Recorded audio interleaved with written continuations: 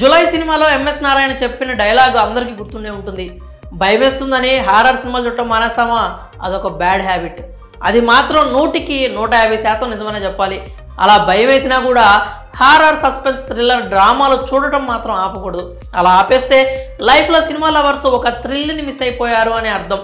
అలా భయపడుతూ సినిమాలు, సిరీస్లు చూసే వారి కోసం ఒక అద్భుతమైన వెబ్ సిరీస్ని తీసుకొచ్చాం. నిజంగా ఈ వెబ్ సిరీస్ చూడాలంటే కాస్త గుండె గట్టిదై ఉండాలి. మరి ఆ సిరీస్ ఏది, అందులో అంత భయపడే అంశం ఏముందో తెలుసుకుందాం.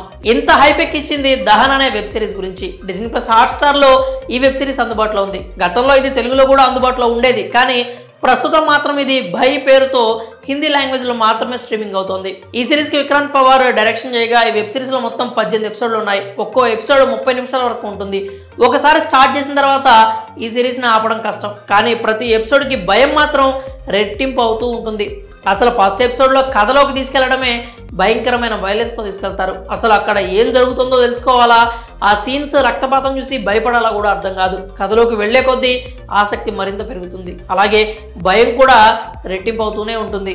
ఇలాంటి సస్పెన్స్ థ్రిల్లర్స్లో కీ రోల్ ప్లే చేసేది మ్యూజిక్. ఈ సిరీస్లో కూడా మ్యూజిక్ అంతే విధంగా భయపెడుతుంది.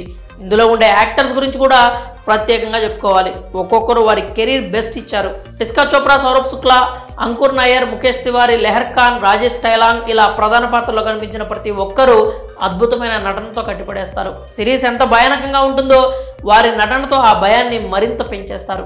ఇక ఈ దహన్ వెబ్ సిరీస్ కథ ఏంటంటే, సిలాస్పురాలో ఊహించిన ఘటనలు జరుగుతూ ఉంటాయి. ఆ ఊరు మొత్తం ఒక ఆత్మ వల్ల శపించబడింది అంటారు. అక్కడ ఒక ఆత్మను బంధించి దానికి కాపలాగా ఒక పూజారి ఉంటాడు. రోజు ఆత్మను శాంతింపజేయడం కోసం పూజలు చేస్తూ హారతలు ఇస్తూ ఉంటాడు.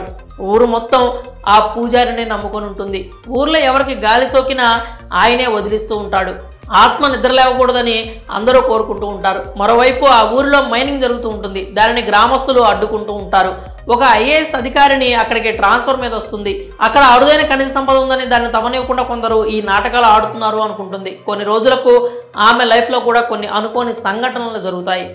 ఏది నిజం, ఏది అబద్ధం అనే విషయాన్ని నమ్మే పరిస్థితులు ఆమె ఉండదు. మైనింగ్ స్టార్ట్ చేయడంతో ఆత్మను బంధించి ఉంచిన రాయికి పగుళ్ళు వస్తాయి.